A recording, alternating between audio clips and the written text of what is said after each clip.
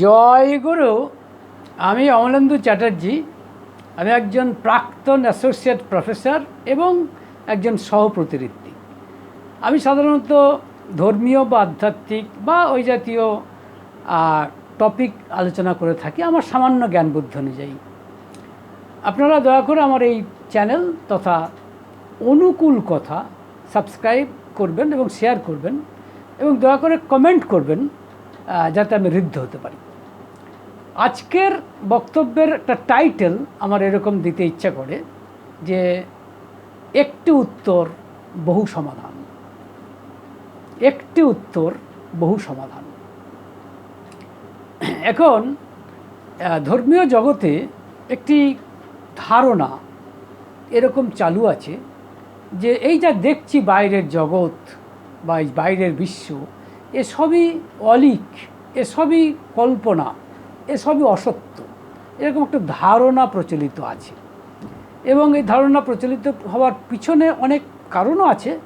বা কথাটা হচ্ছে, বহু মানুষ দেখা যাচ্ছেন ধর্মীয় যারা গুরু বা ধর্মীয় যারা মহাপুরুষ বা অবতার পুরুষ, তারা অনেকেই কিন্তু যা বলেছেন তার সঠিক ব্যাখ্যা আমরা করতে পারি না বলে এরকম একটি ধারণা আমাদের প্রচলিত আছে জনমানসে। এখন শ্রী শ্রী ঠাকুর অনুকূলচন্দ্রের এ বিষয়ে একটি উত্তর আমার ধারণা সমস্ত প্রশ্নের সমাধান করে দিয়েছে। একদিন শ্রী শ্রী ঠাকুর অনুকূলচন্দ্রকে প্রশ্ন করেছিলেন যে, ঠাকুর, এরকম বলা হয় যে ব্রহ্ম সত্য জগৎ মিথ্যা, এ বিষয়ে আপনি কি বলেন? শ্রী শ্রী ঠাকুর অনুকূলচন্দ্র বলেছিলেন যে জগৎ মিথ্যা হতে যাবে কেন? জগৎও সত্য, তবে হ্যাঁ, ব্রহ্ম হচ্ছে পরিবর্তনশীল অপরিবর্তনীয় সত্য, আর জগৎ হচ্ছে পরিবর্তনীয় সত্য। এই উত্তর দিয়েছিলেন শ্রী শ্রী ঠাকুর। আমার ধারণা এই উত্তর বহু সমস্যার সমাধান। একটি উত্তর বহু সমাধান, বহু প্রশ্নের বহু সমস্যার সমাধান। এখন প্রশ্ন হচ্ছে, এই আইডিয়াগুলো আসছে কেন? যে এরকম একটা ধারণা যে জগৎ মিথ্যা, যা দেখছি সবই মিথ্যা, কল্পনা, অলীক, অবাস্তব, এই ধারণা আসছে কেন? এখন ধর্মীয় জগতে অত্যন্ত পণ্ডিত একজন মানুষ, একজন মহাপুরুষ, তিনি হচ্ছেন শঙ্করাচার্য। তিনি মায়াবাদ বলে একটি বাদের অবতারণা করেছেন। ইংরেজিতে বলে ডক্ট্রিন অফ ইলিউশন বলা হয়, বা ডক্ট্রিন অফ ইলিউশনিজম বলা হয়। মায়াবাদ বলা হচ্ছে যে জগৎ যা দেখছি সেটা হচ্ছে মায়া। তিনিও আসলে বলতে চাইছেন ঈশ্বরই সত্য, অর্থাৎ ব্রহ্মণই সত্য, আর এটি মায়ার এরকম ধারণা হচ্ছে। এখন এরকম একটা ধারণা থেকে আমি যদি মনে করে থাকি যে জগৎটা মিথ্যা, জগতের কোনো সার্বত্বতাই নেই, এরকম ধারণা অনেকে করে ফেলছে। এটা আমাদের ভুল, আমার ধারণা, এটা আমাদের ভুল। তারা ভুল কিছু বলেননি, তাদের প্রসঙ্গটা হয়তো আমরা ঠিকমতো বুঝতে পারিনি। যেমন ধরুন, রামকৃষ্ণদেব, তিনিও কিন্তু বলেছিলেন এই ধর্ম সম্পর্কে, ঈশ্বর সম্পর্কে ছোট্ট করে একটি ধারণা এরকম করতে বলেছিলেন যে ব্রহ্ম সত্য জগৎ মিথ্যা। এই কথা তিনি বলে চুপ করে গিয়েছিলেন। বলেছিলেন ব্রহ্ম সত্য জগৎ মিথ্যা, এরকম ধারণা করো। এই বক্তব্যটি এখানেও কিন্তু মনে হতে পারে যে জগৎটা যদি মিথ্যা হয় তাহলে বোধহয় জগৎ সম্পর্কে এত বেশি পাত্তা দিয়ে লাভ নেই। বা শুধু তাই নয়, জগৎ সম্পর্কে সম্পূর্ণ উদাসীন হলেই হতে পারে। আমার ধারণা রামকৃষ্ণদেব ঠিক এই কথা বলেননি। তার কারণ এই কথা যিনি এই কথা বলছেন যে চোখ বুঝলেই তিনি আছেন আর চোখ খুললেই তিনি নেই, তাই কি হতে পারে? দেখবেন আমরা একটু বলে থাকি কীরকম কথা, যে সাধারণত আমরা যখন ঈশ্বর সম্পর্কে, ভগবান সম্পর্কে ধ্যান করি, ঠাকুর দেবতা সম্পর্কে ধ্যান করি, তখন আমরা চোখটা বুঝি। কেন কি আমাদের জগৎটাকে ছোট করতে চাই, আমার জগৎটাকে আমার নিজের অন্তরের মধ্যে রাখতে চাই, ভিতরের মধ্যে রাখতে চাই, এবং তখন ঈশ্বরকে ধারণা করতে সুবিধা হয় বলে আমার ধারণা হয়। রামকৃষ্ণদেব ভারী চমৎকার করে বলছেন, চোখ বুঝলেই তিনি আছেন, অর্থাৎ তিনি শুধু আমার অন্তরে আছেন, বাইরে নেই। তা তো হতে পারে না। আমার চোখ খুললেই তিনি নেই, তা তো নয়। তার মানে কি? তিনি বলছেন জগতের মধ্যেও তিনি আছেন, জগতের মধ্যেও একই সত্য। তাই আমার এখানে ধারণা যে রামকৃষ্ণদেব, এটা আমার ধারণা, রামকৃষ্ণদেব এটা বলতে চাননি যে জগৎটা মিথ্যা। তিনি বলতে চেয়েছেন জগৎটা ব্রহ্মরূপে সত্য। ব্রহ্ম না থাকলে জগৎটা সত্য হতো না, এরকম কথা। জগৎটা ব্রহ্মরূপে সত্য, এরকম একটা আমার ধারণা।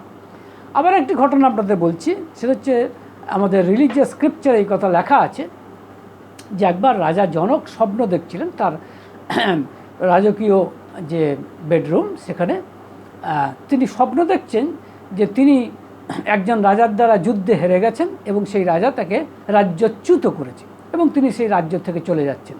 দীর্ঘ পথ পরিক্রমার ফলে তিনি খিদে তৃষ্ণায় তিনি একদম এক্সস্টেড হয়ে গেছেন, ক্লান্ত হয়ে পড়েছেন।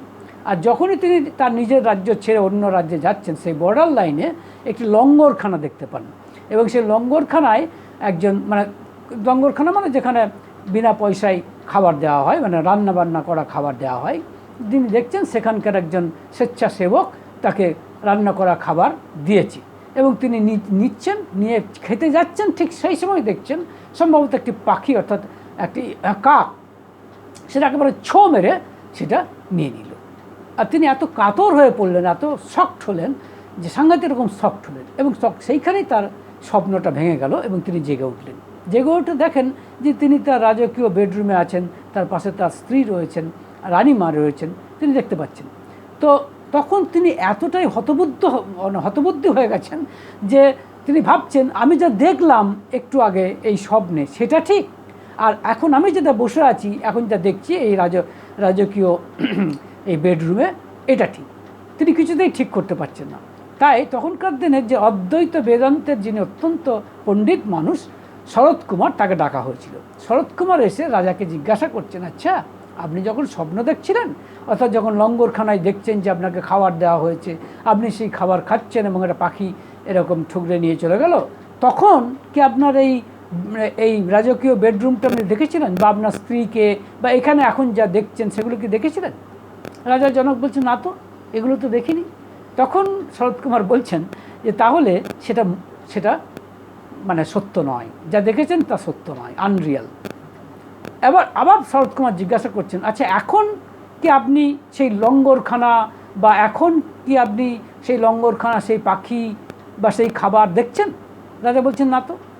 তখন শরৎ কুমার বলছেন, কাজে এখনকার যে পরিস্থিতি, এখন যে অবস্থায় রয়েছেন সেটাও সত্য নয়।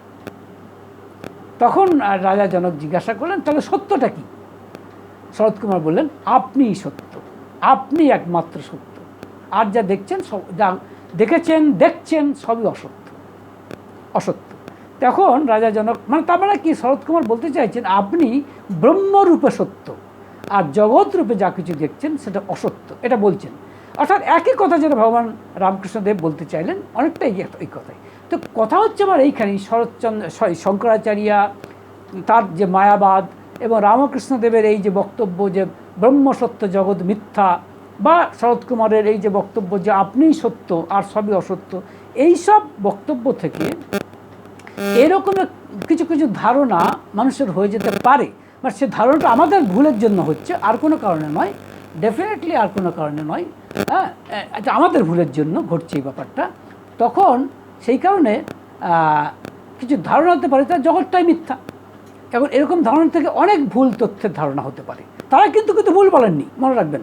রামকৃষ্ণদেব, শঙ্করাচার্য বা শরৎ কুমার এরা কিন্তু ভুল বলেনি, আমরা হয়তো ঠিকমতো ব্যাখ্যা করতে পারছি না, এটা আমাদের অক্ষমতা। তো যাই হোক, ধরুন একজন খিদে তৃষ্ণায় কাতর, তাকে হয়তো আমি বললাম আপনাকে যে তাকে একটু খাবার দিন যাতে বেঁচে উঠতে পারে। এবার আপনি যদি বলেন, এইসব মহাপুরুষেরা, অবতার পুরুষেরা তো বলছেন যে জগৎ মিথ্যা, জগৎ তো অসত্য, তাহলে আর এদেরকে খাবার দিয়ে লাভ কি? এই লোক বেঁচে থাকুক আর না থাকুক, তাদের কী পার্থক্য এসে যায়, তাদের কী তফাৎ, কী ফারাক পড়ে? এরকম কথাবার্তা বলা কিন্তু আসলে ভুল ধারণা করা, এটাকেই বলা যেতে পারে হিপোক্রেসি। এই ধরনের ধারণা থেকে ভুল ধারণা করা হচ্ছে। ঠিক এই জায়গাতেই শ্রী শ্রী ঠাকুর অনুকূলচন্দ্রের এই বক্তব্যের এত তাৎপর্য। তিনি একদম স্পষ্ট করে বলে দিলেন যে জগৎটা কোনোভাবেই মিথ্যা নয়, জগৎটাও সত্য, অবশ্যই ব্রহ্মও সত্য, জগৎটাও সত্য। তবে ঠাকুর বলছেন যে জগৎটা চেঞ্জিং ট্রুথ, অর্থাৎ পরিবর্তনীয় সত্য, অর্থাৎ পরিবর্তন হচ্ছে, কিন্তু ব্রহ্ম হচ্ছে অপরিবর্তনীয় সত্য। এই ব্যাপারে একটি শ্রী শ্রী ঠাকুর অনুকূলচন্দ্রের আরও কিছু কথা মনে পড়ে যাচ্ছে, যে কথাগুলি তিনি তার স্ত্রীকে, পূজনীয়া বড়মাকে লিখেছিলেন একটি পত্রে, একটি চিঠিতে, যেখানে তিনি লিখছেন যে দেখো, জগতে সবই নিত্য নূতন, যা দেখছ সবই নিত্য নূতন, আজ যাহা দেখিতেছ কাল তাহা আর দেখিবে না, রূপ যৌবন সবই পরিবর্তনশীল। ভাবিয়া দেখো, যে গতকাল আমরা কেমন ছিলাম, আজ বা কেমন হইয়াছি। জগতে যা কিছু দেখছ নিত্য নূতন পরিবর্তনশীল, ভাবিয়া বলো তো দেখি কি এমন আছে যার কোনো পরিবর্তন নাই।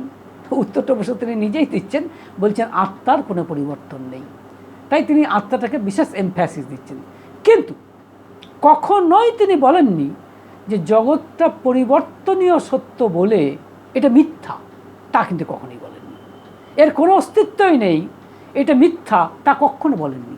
তিনি এই কথাটাই বলতে চেয়েছেন যে জগৎটা পরিবর্তনীয় সত্য দুটোই কিন্তু সত্য, কিন্তু কখনোই মিথ্যা বলেননি। তিনি কখনোই বলেননি যে ধরুন আমার শরীরটা দেখতেই পাচ্ছেন, আমি এখন বৃদ্ধ অবস্থায় রয়েছি, আমি শিশু ছিলাম, আমি একসময় যুবক ছিলাম, অল রাইট, কিন্তু সেগুলো মিথ্যা ছিল তা কিন্তু নয়। পরিবর্তন হয়েছে দেহের, কিন্তু তাই বলে কি মিথ্যা হয়ে গেল শরীরটা, তা নয়। হ্যাঁ, এগুলো থাকবে না চিরদিন, এটা সত্যি, কিন্তু তাই বলে মিথ্যা হয়ে যায় না। আর এগুলো সত্য, এগুলো যখন আমি মিথ্যা বলে ভাবছি তখনই ভুল ধারণার সৃষ্টি হচ্ছে। যাবতীয় যেটাকে বলে মানে ভুল এবং তথ্যগুলো আমাদের মধ্যে আসছে, যেগুলো হওয়ার দরুন ধর্ম সম্পর্কে, ঈশ্বর সম্পর্কে আমাদের কিছু ভুল তথ্য, কিছু ভুল ধারণার কিন্তু সৃষ্টি হচ্ছে। এখন কথা হচ্ছে, ঠাকুর এটা সত্য যে ব্রহ্ম না থাকলে, অর্থাৎ অপরিবর্তনীয় সত্য না থাকলে পরিবর্তনীয় সত্যকে আমি বুঝতে পারবো না। কিন্তু দুটোই সত্য। আমি কতগুলো উদাহরণ দেওয়ার চেষ্টা করছি। ধরুন আপনি একটা সিনেমা হলে সিনেমা দেখছেন, তো সিনেমাটা দেখছেন কিসে না, সিনেমা হলের যে স্ক্রিন, অর্থাৎ যেটা পর্দা, তার উপরে কতগুলো ছবি, একটার পর একটা ছবি চলে যাচ্ছে, যে ফিল্ম আপনি ওয়াচ করছেন। আপনি যদি বলেন এই ফিল্মটা মিথ্যা, তা কি সত্য? তা তো নয়, ফিল্মটা সত্য, তবে পরিবর্তনীয় সত্য। অপরিবর্তনীয় সত্য কোনটা না, ওই সিনেমা হলের পর্দাটা, ওটা কিন্তু অপরিবর্তনীয় সত্য, ওইটার উপরেই ছবিগুলো রিফ্লেকশন হচ্ছে। সুতরাং অপরিবর্তনীয় সত্য হচ্ছে আনচেঞ্জিং ট্রুথ বা ব্রহ্ম, এই অর্থে সেই সিনেমা হলের ওই পর্দাটা। আর ফিল্ম যা দেখছি, ছবিগুলো পরপর যা দেখছি পর্দাতে, সেগুলো পরিবর্তনীয় সত্য, অর্থাৎ জগৎ যা দেখছি সেটা পরিবর্তনীয় সত্য, সেটা মিথ্যাটা নয়। কিন্তু ওই অপরিবর্তনীয় সত্যটি আছে বলেই এই অপরিবর্তনীয় সত্যগুলি আমি বুঝতে পারছি। যেমন ধরুন আরেকটি উদাহরণ আমার দেওয়ার চেষ্টা করছি। আপনি একটা স্টেশনে দাঁড়িয়ে আছেন, স্টেশনের প্ল্যাটফর্মে আপনি দাঁড়িয়ে আছেন, একটি চলন্ত ট্রেন আপনি যাচ্ছে, স্বাভাবিকভাবে আপনি সেটাকে দেখতে পাচ্ছেন। কেন জানেন? কারণ আপনি নিজে মানে স্টেশনারি, অর্থাৎ নিজে আপনি চলন্ত নন, নিজে আপনি স্থির আছেন বলেই ওই চলন্ত ট্রেনটিকে আপনি বুঝতে পারছেন, বোধে আনতে পারছেন। আপনি নিজেই যদি চলতে শুরু করতেন, আপনি নিজেই যদি ওই মুভমেন্টের মধ্যে থাকছেন, তাহলে কিন্তু ট্রেনটাকে স্টেশনারি মনে হতো, অর্থাৎ ট্রেনটাকে মনে হতো ট্রেনটা চলছে না, যদি একই রকম মুভমেন্ট হতো। সুতরাং আপনি স্থির আছেন বলেই যা কিছু চলছে, যা কিছু অস্থির, সেগুলোকে দেখতে পাচ্ছেন, যা কিছু পরিবর্তনীয় সেগুলোকে দেখতে পাচ্ছেন। সেটাই বলেছেন শেষে ঠাকুর অনুকূলচন্দ্র, যে ব্রহ্ম হচ্ছে অপরিবর্তনীয় সত্য। আর আপনি বা আমাদের জগতে যা কিছু দেখছি সেগুলো হচ্ছে পরিবর্তনীয় সত্য, এই কথাই ঠাকুর বলছেন। এখন এই অপরিবর্তনীয় সত্য বা এই যে ব্রহ্ম, তার সম্পর্কে সেগুলো তা যে কী জিনিস তা আমরা জানি না। অর্থাৎ সেটা যে আমরা বলতে পারি ট্রান্সেন্ডেন্টাল ফর্ম অফ গড, অর্থাৎ যেটাকে বলে নিরাকার ঈশ্বর বলা যায়। কিন্তু তারই সাকার ঈশ্বর হচ্ছেন যারা পুরুষোত্তম হিসেবে এসেছেন। যেমন পুরুষোত্তম হিসেবে এসেছেন প্রথমে ভগবান রামচন্দ্র, তারপরে ভগবান শ্রীকৃষ্ণ, তারপর একটি সিরিজ আছে, এটা আমরা ধরি ভাবি। এখন আমি যদি পুরুষোত্তমের ধ্যান করি, আমি যদি পুরুষোত্তমের সদ্নাম মনন করি, তার মানে কিন্তু আমি ওই অপরিবর্তনীয় সত্যকেই আমি ধ্যান করছি, আমি ওই অপরিবর্তনীয় সত্য অর্থাৎ ব্রহ্মকেই জানার চেষ্টা করছি, যাতে আমি পরিবর্তনীয় সত্য জগৎকে আরও ভালোভাবে বুঝতে পারি। যেরকম আমার নিজের ক্ষেত্রে বলছি, আমি মনে করি শ্রী ঠাকুর অনুকূলচন্দ্র পুরুষোত্তম। আমার কথার সঙ্গে আপনারা একমত হতে পারেন, নাও হতে পারেন, তাতে আমার কোনো বক্তব্য নেই, কিন্তু আমার নিজের ধারণা তিনি একজন পুরুষোত্তম।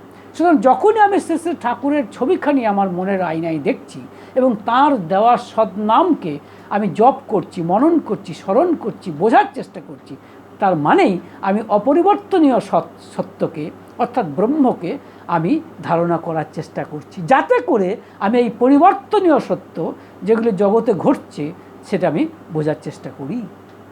এটাই বলতে চাইছি, ঠাকুর এটা আমাদেরকে বোঝাতে চাই। আমার ধারণা এইভাবে আমরা বুঝতে পারি। অর্থাৎ এটা আমার মানে আমি সোজা কথায় আমার এই কনক্লুডিং রিমার্কে এটা অনেকটা এরকম বলতে পারি। যেমন আরেকটা উদাহরণ আমি আমাদের এই পরিবর্তনীয় সৎ এবং অপরিবর্তনীয় সৎ সম্পর্কে দিচ্ছি।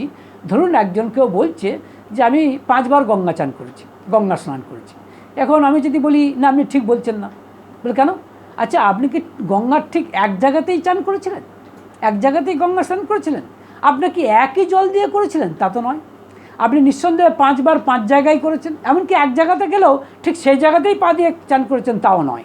আপনি জায়গা পরিবর্তন হয়েছে, সেই জল দিয়েও আপনি চান করেছেন, তাও সত্য নয়। জলটাও প্রবাহিত হয়ে চলে গেছে। তার মানে কি আপনি আদৌ কি চান করেননি? তা তো নয়।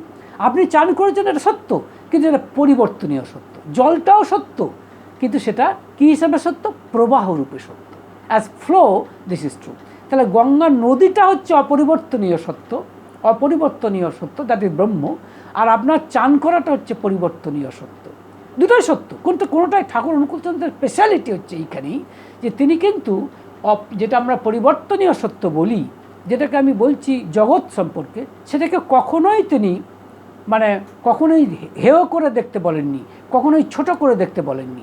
তিনি বলছেন এটাকেও সমান গুরুত্ব দিতে হবে। কারণ এরকম মুশকিল হচ্ছে এইখানেই, যদি আমরা তা না দিই তখনই আমরা হিপোক্রেসির পাল্লায় পড়ে যাব, তখনই আমরা কিন্তু ভুল ধারণার আন্ডারে পড়ে যাব। যদি আমি বলতে শুরু করি যা কিছু দেখছি সবই ভিত্তিহীন, সবই অসত্য, সবই কল্পনা, তার মানে কিন্তু আমি আসলে হিপোক্রেসির জায়গায় পৌঁছে গেছি। এটা কিন্তু ভুল ধারণা। এই ধারণা কখনো তারা বলেননি, আর এটা আমাদের কষ্টকল্পিত এই ধারণা। তাই ঠাকুরের এই উত্তর যেন বহু প্রশ্নের যেন সমাধান, বহু সমস্যার সমাধান এনে দিল। তিনি বলছেন জগতে যা কিছু দেখছো, যা কিছু ঘটছে, তা কোনোটাই মিথ্যা নয়। হ্যাঁ, সবই সত্য, তবে হ্যাঁ এগুলো পরিবর্তনীয় সত্য।